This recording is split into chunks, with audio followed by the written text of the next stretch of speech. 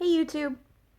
So it's Monday, October 12th. I want to say it's like day 10 of sabbatical. Um, it's coming to be my favorite moment in the day. The kids are off doing their school learning thing, and my house is clean, and it's quiet, and my bills are paid, and I get to decide what I want to do.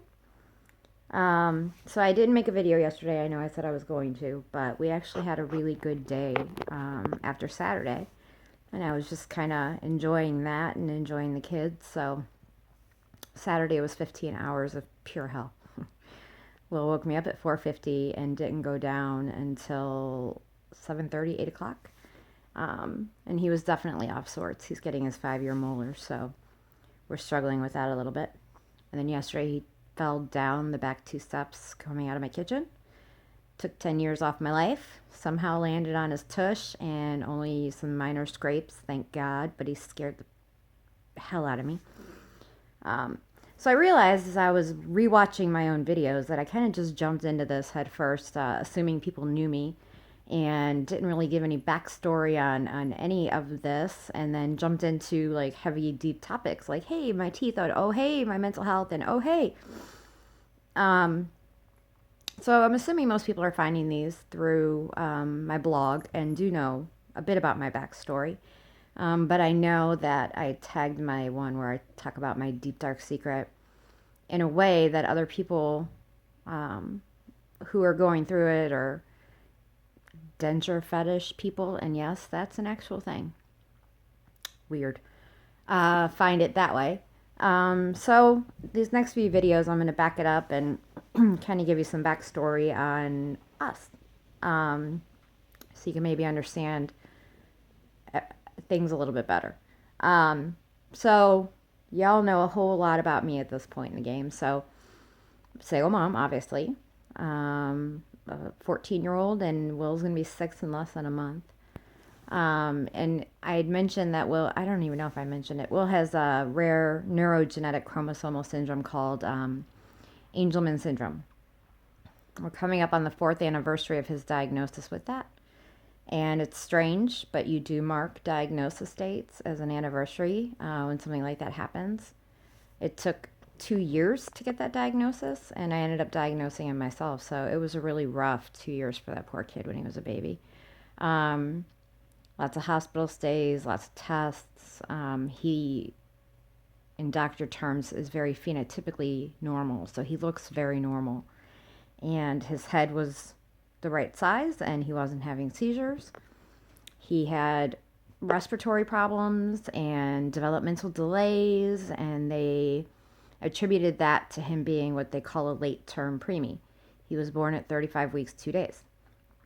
And we saw a neurologist at Rainbow Babies, UH, who's doing a special study on the effects of being a late preterm. They don't get much attention because they're not tiny micropreemies, but being a late preterm can bring along a lot of problems. But we know now that that isn't what was Will's deal. So they kept telling me that by 2, he would get better. And as we approached his 2nd birthday, he wasn't getting better. And every doctor kind of went, oh shit. And finally, his gastroenterologist and I had a 2-hour visit, and she ordered every single test that a geneticist would have to order, but no geneticist would see us for like 6 months. So when those tests came back positive, and I'll tell that story, how that all went down on his diagnosis anniversary. We got bumped from, hey, see you in 6 months, to every head of department wanting to see him. Because not only does he have a rare diagnosis, he has the rarest form of a rare diagnosis. So there's a good possibility that residents and the like may never ever encounter a child with Will's form of Angelman syndrome. So even now when we go in the hospital, they ask if they can bring students around to meet Will. Lucy's hepped up, as you can see. And then 2 years ago, I'm sorry, it all blurs. A year and a half ago, he got diagnosed with epilepsy that goes hand in hand with Angelman syndrome. So that is what we deal with. So at this point in the game, he has gait issues, meaning his walking is Unstable. He has controlled seizures so far. We are almost 9 months seizure free, which is amazing. Thank you, Dr. Gupta and Depakote. He has vision issues but won't wear glasses. He is nonverbal and is likely to remain nonverbal. So his cognitive language portion of his brain is sharp. He knows exactly what you're saying to him, but his expressive portion of his brain just doesn't work. So I always tell my friends that when they get tired of hearing their children babble and tell toddler stories, which are my favorite things in the world, to have them call me, because I'd give anything for Will to tell me a story of his day. So that, Saturday was kind of an Angelman day. Angelman brings, like I've said before, a spectrum of issues, and one of them is sleep issues. So even on medication to get him to sleep, we have days like that where he doesn't fall into a deep sleep until probably about midnight, and then he's up at 4:30 for the day. And then he's just off because he's tired, but he won't nap, and he doesn't know what he wants. So he is a tenacious little guy, and he is the light of my life and his sister's life, and that's old picture of them behind me. I want to say he was a month old there, and I'd had a rough pregnancy, but he seemed wonderful when he was born, and we had, at that point in the game, no idea what was coming.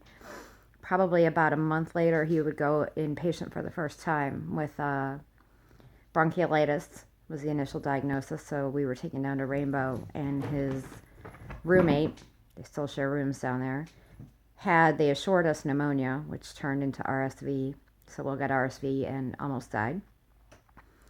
And we were inpatient for 13 days down at Rainbow, and that began our journey. So if you want more information on Angelman syndrome, you can Google the Angelman Syndrome Foundation, and there's a slew of information on what it is and what it looks like and what it does. And yes, Colin Farrell's son has it too.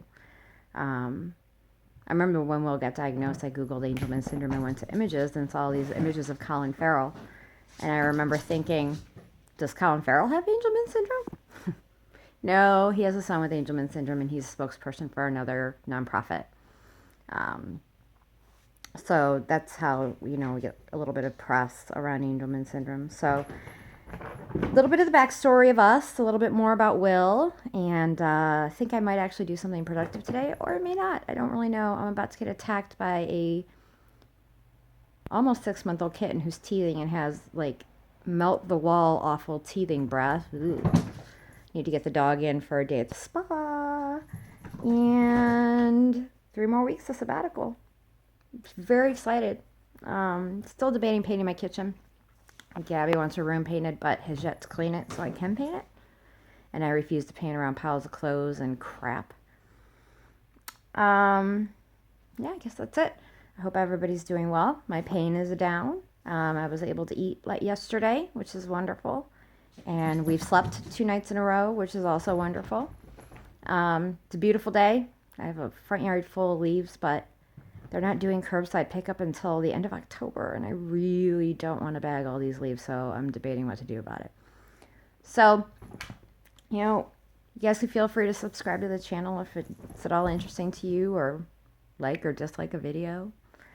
Ask questions, make comments. Let me know you're out there. I hope everybody's doing well, and I'm sure we will talk soon.